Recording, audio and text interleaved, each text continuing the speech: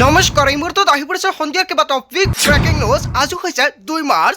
ভুৱা কৃষকৰ বিৰুদ্ধে কঠোৰ হৈছে চৰকাৰ। জানক কেতিয়া পিএম কিষাণৰ 5 নং কিস্তি টকা প্ৰদান কৰা হ'ব। বেংক একাউণ্টত লাখ লাখ হিতাধিকাৰীৰ নাম কৰ্তন হ'ল। আপোনাৰ নাম তালিকাত আছে নে নাই কেনেকৈ চেক কৰিব। অৰুণোদয়ৰ প্ৰতিজন হিতাধিকাৰীৰ বাবে ভাল খবৰ। অতি শীঘ্ৰে কৰক এটা বিশেষ কাম, অন্যথা আপোনাৰ একাউণ্টত 1250 টকাৰ পৰিৱৰ্তে 9000 টকা নাপাব। মুখ্যমন্ত্ৰী ডক্টৰ হিমন্ত বিশ্ব শৰ্মাই কৰিলে বৃহৎ ঘোষণা। আপুনি চৰকাৰী কৰৰ বাবে আবেদন কৰিছিল নেকি? যদি আবেদন কৰিছিল তালিকাত চাওক আপোনাৰ নাম আহিলে নেকি। চৰকাৰী কৰৰ নতুন তালিকা প্ৰস্তুত কৰিছে। ৰেচন কাৰ্ড থাকিলে নতুন নিয়ম সলনি হৈছে। নতুন নিয়মেৰে সংগ্ৰহ কৰক ৰেচন কাৰ্ড থাকিলে লাভ কৰিব টকা। লগতে কেইবাটাও ৰাজনৈতিক খবৰৰ লগতে অৰাজনৈতিক খবৰ যুগুত কৰা হৈছে আজিৰ দিনটোত।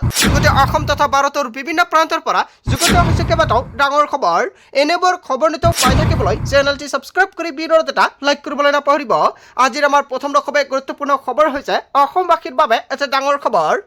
জালিয়াতিৰে নাম সন্নিৱিষ্ট কৰা ভুৱা কৃষকসকল সাৱধান হওক। দেশৰ কোটি কোটি কৃষকৰ বাবে চৰকাৰৰ ফালৰ পৰা জাননী জাৰি কৰিছে। কৰ্তন হ'ব জালিয়াতিৰে নাম সন্নিৱিষ্ট কৰা ভুৱা কৃষকসকলৰ নাম। আপুনি জালিয়াতিৰে পিএম কিষাণৰ তালিকাত নাম অন্তৰ্ভুক্ত কৰাইছিল নেকি? আপোনাৰ পিএম কিষাণৰ 5 নং কিস্তিৰ ধন পাবলৈ সাজু হওক প্ৰকৃত কৃষকসকল। অকল প্ৰকৃত কৃষকসকলৰ একাউণ্টত 2000 টকা প্ৰদান কৰিব কেন্দ্ৰ চৰকাৰৰ ফালৰ পৰা। এই মাহতে বা মাৰ্চ মাহৰ আৰম্ভণিতে সোমাব পাৰে পিএম কিষাণৰ টকা। হয়, অতি শীঘ্ৰে আপোনাৰ একাউণ্টত পিএম কিষাণৰ 2000 টকা প্ৰদান কৰা হ'ব। 10 তাৰিখৰ পূৰ্বে একাউণ্টত লাভ কৰিব পাৰে পিএম কিষাণৰ 2000 কৈ টকা। প্ৰতিগৰাকী কৃষকৰ একাউণ্টত জমা হ'ব 2000 কৈ। আপুনি সাজু হওক পিএম কিষাণৰ 5 নং কিস্তিৰ ধন ল'বলৈ।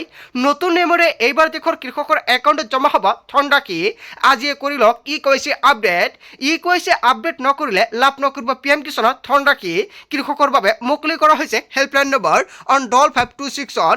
কৃষকসকলৰ যদি কিবা অসুবিধা হয় দিয়ক অভিযোগ, চৰকাৰৰ ফালৰ পৰা ল'ব ব্যৱস্থা। তাৰপিছত অসমবাসী ৰাজক জনাইছে আমাৰ পৰৱৰ্তী খুবেই গুৰুত্বপূৰ্ণ খবৰ। লগতে ডাঙৰ খবৰ, নিৰ্বাচনৰ প্ৰাকক্ষণত মুখ্যমন্ত্ৰী ডক্টৰ হিমন্ত বিশ্ব শৰ্মাৰ বৃহৎ ঘোষণা। 5000ৰো অধিক যুৱক যুৱতীক দিয়া হ'ব নিযুক্তি। শিক্ষা বিভাগত চৰকাৰে দিব 5000 নিযুক্তি। বিগত 5 বছৰত 1,59,000ৰো অধিক চৰকাৰী নিযুক্তি সম্পন্ন। 2021-ত 2944টা নিযুক্তি প্ৰদান কৰা হৈছে। 2022 চনত 33,058টা নিযুক্তি প্ৰদান কৰিছে চৰকাৰে। কেৱল এয়াই নহয়, 2023 চনত 44,978টা চাকৰি প্ৰদান কৰিছে। 2024-ত 33,668টা নিযুক্তি প্ৰদান কৰিছে। 2025-26ত বৰ্তমানলৈকে 42,000 চৰকাৰী চাকৰি প্ৰদান কৰিছে। চৰকাৰী নিযুক্তিৰ সংখ্যাই স্পষ্ট কৰিছে 1,66,000ৰো অধিক। নিৰ্বাচনৰ প্ৰাকক্ষণত অসমৰ মুখ্যমন্ত্ৰী ডক্টৰ হিমন্ত বিশ্ব শৰ্মাই কৰিছে বৃহৎ ঘোষণা। নিৰ্বাচনত জয়ী হ'লেও পুনৰ 2 লাখ চাকৰি দিওঁ বুলি প্ৰতিশ্ৰুতি দিছে অসমৰ মুখ্যমন্ত্ৰী ডক্টৰ হিমন্ত বিশ্ব শৰ্মাই। তাৰপিছত অসমবাসী ৰাজক জনাইছে আমাৰ পৰৱৰ্তী খুবেই গুৰুত্বপূৰ্ণ খবৰ। লগতে ডাঙৰ খবৰ, আজি অৰুণোদয়ৰ হিতাধিকাৰীয়ে লাভ নকৰি চৰকাৰী ধন ৰাখি। অসমৰ মুখ্যমন্ত্ৰী ডক্টৰ হিমন্ত বিশ্ব শৰ্মাই পুনৰ বৃহৎ ঘোষণা কৰিছে। নতুন নিয়মেৰে নতুন তাৰিখত অৰুণোদয় আঁচনিৰ টকা সোমাব একাউণ্টত। ৰাজ্যৰ লাখ লাখ মহিলালৈ জৰুৰী খবৰ। আজি কোনো হিতাধিকাৰীৰ একাউণ্টত ধন জমা নহয়। কোনো হিতাধিকাৰীয়ে আজি লাভ নকৰে চৰকাৰী ধন। অহা 10 মাৰ্চত লাভ কৰিব অৰুণোদয় আঁচনি। প্ৰতিজন হিতাধিকাৰীৰ একাউণ্টত 9000 কৈ টকা বা 150 টকা নহয়, একেলগে 9000 টকা পাব অৰুণোদয়ৰ প্ৰতিজন হিতাধিকাৰীয়ে। প্ৰতিগৰাকী অৰুণোদয়ৰ হিতাধিকাৰীয়ে একাউণ্টত 9000 টকা প্ৰদান কৰিব মুখ্যমন্ত্ৰী ডক্টৰ হিমন্ত বিশ্ব শৰ্মাই। 10 মাৰ্চত দিয়া হ'ব এই ধনৰাশি। কিন্তু 10 মাৰ্চত পূৰ্বে অৰুণোদয়ৰ প্ৰতিজন হিতাধিকাৰীয়ে ডিবিটি লিংক কৰিব লাগিব। যদি আপুনি এতিয়ালৈকে অৰুণোদয় আঁচনিৰ লগত ডিবিটি লিংক কৰা নাই, অতি শীঘ্ৰে কৰাই লৈ লওক, অন্যথা আপোনাৰ একাউণ্টত অৰুণোদয় আঁচনিত 9000 টকা নাপাব। অসমৰ মুখ্যমন্ত্ৰী ডক্টৰ হিমন্ত বিশ্ব শৰ্মাই সকলো অৰুণোদয় হিতাধিকাৰীক ডিবিটি লিংক কৰিবলৈ আহ্বান জনাইছে। তাৰপিছত অসমবাসী ৰাজক জনাইছে আমাৰ পৰৱৰ্তী খুবেই গুৰুত্বপূৰ্ণ খবৰ। লগতে ডাঙৰ খবৰ, নিৰ্বাচনৰ ঠিক পূৰ্বে বিনামূলীয়া আঁচনি দিয়াৰ কাৰণ কি? বিনামূলীয়া আঁচনি দিয়া চৰকাৰক কঠোৰ সমালোচনা সৰ্বোচ্চ ন্যায়ালয়ৰ। সৰ্বোচ্চ ন্যায়ালয়ৰ ফালৰ পৰা কেইবাটাও বিৰোধ সিদ্ধান্ত গ্ৰহণ কৰিছে, বৃহৎ মন্তব্য কৰিছে। ঋণত বুৰ গৈ থকা পিছতো চৰকাৰে বিলাইছে বিনামূলীয়া আঁচনিৰ টকা। লোকচানত থাকিলেও চৰকাৰে এৰা নাই বিনামূলীয়া আঁচনি ঘোষণা কৰিবলৈ। কিন্তু ইয়াৰ পিছত অত্যাধিক কৰৰ বোজা জনতাৰ ওপৰত পৰিব। চৰকাৰে বিনামূলীয়া আঁচনি বিতৰণ কৰাতকৈ সংস্থাপন দিয়ক। বিনামূলীয়া ধন বা সামগ্ৰী দেশৰ অৰ্থনৈতিক উন্নয়নত প্ৰভাৱ পেলাব। যিসকল দুখীয়া দৰিদ্ৰ তেওঁলোকক সুবিধা প্ৰদান কৰোঁতে ৰাষ্ট্ৰীয় কৰ্তব্য। CJI সূৰ্যকান্ত বিচাৰপীঠে চৰকাৰক কৰিলে বিশেষ সমালোচনা। তামিলনাডুৰ এটা বিদ্যুৎ কোম্পানীৰ গোচৰৰ শুনানিত এই প্ৰশ্ন মুখ্য ন্যায়াধীশৰ নিৰ্বাচনী ঠিক পূৰ্বে বিনামূলীয়া আঁচনি দিয়াৰ কাৰণ কি এনেকুৱাকৈ বৃহৎ মন্তব্য কৰিছে সৰ্বোচ্চ ন্যায়ালয়ৰ ফালৰ পৰা ইয়াৰ বিষয়ত জনতাই কি ক'ব যদি জনতাৰ কিবা মন্তব্য কৰিব লগা থাকে আপোনালোকৰ মন্তব্যটো নিশ্চয় কমেণ্ট কৰি জনাই দিব তাৰ পিছত অসমবাসী ৰাজক জনসমাৰ পৰৱৰ্তী খুবেই গুৰুত্বপূৰ্ণ খবৰ লগতে ডাঙৰ খবৰ 2026ত পুনৰ চৰকাৰ গঠন কৰিব নোৱাৰিব বিজেপিয়ে হিমন্ত বিশ্ব শৰ্মাৰ বাবে এইবাৰ পৰাস্ত হ'ব বিজেপি হিমন্ত বিশ্ব শৰ্মা সকলোকে বিজেপি চৰকাৰ গঠন কৰিব নোৱাৰে এতিয়া বিজেপিয়ে ভয় খাইছে প্ৰলোভনৰ ৰাজনীতিত লিপ্ত হৈছে বিজেপি জুবেন গাৰ্গক ন্যায় দিব নোৱাৰিলে বিজেপিয়ে এইবাৰ ৰাইজে হিচাপ ল'ব বিজেপিৰ চাহ জনগোষ্ঠীৰ মানুহ আজি বিজেপিৰ পৰা আঁতৰি আহিছে এইবাৰ বিজেপিয়ে চৰকাৰ গঠন কৰিব নোৱাৰাটো নিশ্চিত দিল্লীৰ বিজেপি এটা কোম্পানী যেন লাগে অসমৰ দিল্লী কেৱল এজন ব্যক্তিৰ হৈ পৰিছে ভূপেন বৰাক আনি বিজেপি দলক দুৰ্বল কৰিছে দিলীপ শইকীয়া যথেষ্ট ফ্ৰাষ্ট্ৰেটেড হৈ আছে বিজেপি ৪৫ৰ পৰা ৫০খন আসনৰ ওপৰত যাব নোৱাৰে ইয়া মোৰ ভৱিষ্যতবাণী লিখি ৰাখক বিজেপিৰ বিৰুদ্ধে সৰব হৈ পৰিছে প্ৰাক্তন বিজেপি সভাপতি ৰাজেন গোহাঁয়ে তাৰ পিছত অসমবাসী ৰাজক জনসমাৰ পৰৱৰ্তী খুবেই গুৰুত্বপূৰ্ণ খবৰ লগতে ডাঙৰ খবৰ ৰাজ্যত হ'ব সৰ্ববৃহৎ উচ্ছেদ অভিযান ৫ লাখ বিঘা ভূমিত চলিব উচ্ছেদ অভিযান বা বুলডোজাৰ একশ্যন ৫ লাখ বিঘা মাটিত উচ্ছেদ অভিযান চলাব হিমন্ত চৰকাৰে অহা ৫ বছৰত ৫ লাখ বিঘা ভূমিত চলিব উচ্ছেদ অভিযান ডাঙৰ ঘোষণা কৰিছে অসমৰ মুখ্যমন্ত্ৰী ডক্টৰ হিমন্ত বিশ্ব শৰ্মাই বেদখলকাৰীৰ বিৰুদ্ধে জয়নায়ক সমৰাই নীতি হিমন্ত বিশ্ব শৰ্মা চৰকাৰৰ মোক ভয় খুৱাই লাভ নাই মই কাৰোলৈ ভয় নকৰোঁ যোৱা ৫ বছৰত মই ১.৫ লাখ বিঘা ভূমিত উচ্ছেদ কৰিলোঁ বেদখলকাৰীৰ বিৰুদ্ধে গৰ্জন অসমৰ মুখ্যমন্ত্ৰী ডক্টৰ হিমন্ত বিশ্ব শৰ্মাৰ তাৰ পিছত অসমবাসী ৰাজক জনসমাৰ পৰৱৰ্তী খুবেই গুৰুত্বপূৰ্ণ খবৰ লগতে ডাঙৰ খবৰ অসমত প্ৰয়োজন নাই SIR প্ৰক্ৰিয়া অসমত SIR প্ৰয়োজনীয়তা অস্বীকাৰ কৰিলে সৰ্বোচ্চ ন্যায়ালয়ে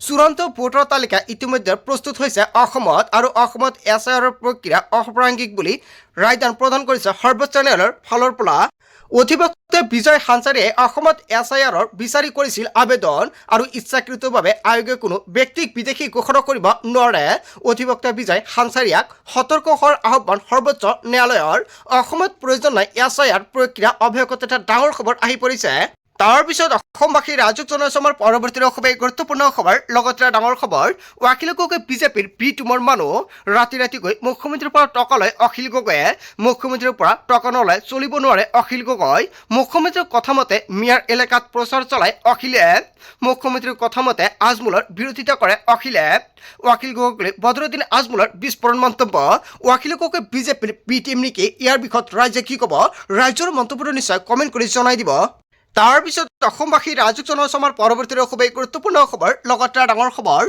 পুনৰ জনজাতিকৰণৰ দাবীত কঁপিব সমগ্ৰ ৰাজ্য ২৬ৰ নিৰ্বাচনৰ পূৰ্বে জনজাতিকৰণ নাপালে পৰিস্থিতি ভয়ংকৰ হ'ব অসম বন্ধৰ দৰে কঠোৰ সিদ্ধান্ত ল'বলৈ বাধ্য হ'ব মটক ছাত্ৰ সন্থাই ৬ জনগোষ্ঠীৰ জনজাতিকৰণৰ প্ৰতিবেদন কেন্দ্ৰলৈ প্ৰেৰণ কৰিছে নে নাই অতি শীঘ্ৰে স্পষ্টীকৰণ দিয়াৰ আহ্বান মটক ছাত্ৰ সন্থাৰ প্ৰথম পৰ্যায়ত জিলাই অৱস্থান ধৰ্মঘট আৰম্ভ কৰিব দ্বিতীয় পৰ্যায়ত জিলাসমূহৰ আয়ুক্ত কাৰ্যালয়ত ধৰ্ণা কাৰ্যসূচী গ্ৰহণ কৰিব তৃতীয় পৰ্যায়ত দিছপুৰ চলৰ কাৰ্যসূচী ঘোষণা আৰু অৰ্থনৈতিক অৱৰোধ কাৰ্যসূচী ঘোষণা মটক ছাত্ৰ সন্থাৰ চৰকাৰৰ বিৰুদ্ধে গৰ্জন সদৌ অসম মটক ছাত্ৰ সন্থাৰ তাৰ পিছত অসমবাসী ৰাজক জনসমাৰ পৰৱৰ্তী খুবেই গুৰুত্বপূৰ্ণ খবৰ লগতে ডাঙৰ খবৰ ইৰাণ ইজৰাইলৰ যুদ্ধৰ মাজতে পাকিস্তানৰ যুদ্ধৰ দামামা পাকিস্তান আফগানিস্তানৰ মুকলি যুদ্ধত বিধ্বস্ত দুই দেশ হয় এটা বিগ ব্ৰেকিং নিউজ আহি পৰিছে বা এটা ৱৰ্ল্ড ব্ৰেকিং নিউজ আহি পৰিছে ৰাৱালপিণ্ডিস্থিত নুৰ ইয়াৰ বেছত ভয়ংকৰ আক্ৰমণ আফগানিস্তানৰ ৮০ৰো অধিক পাকিস্তানী সৈন্য নিহত হোৱাৰ দাবী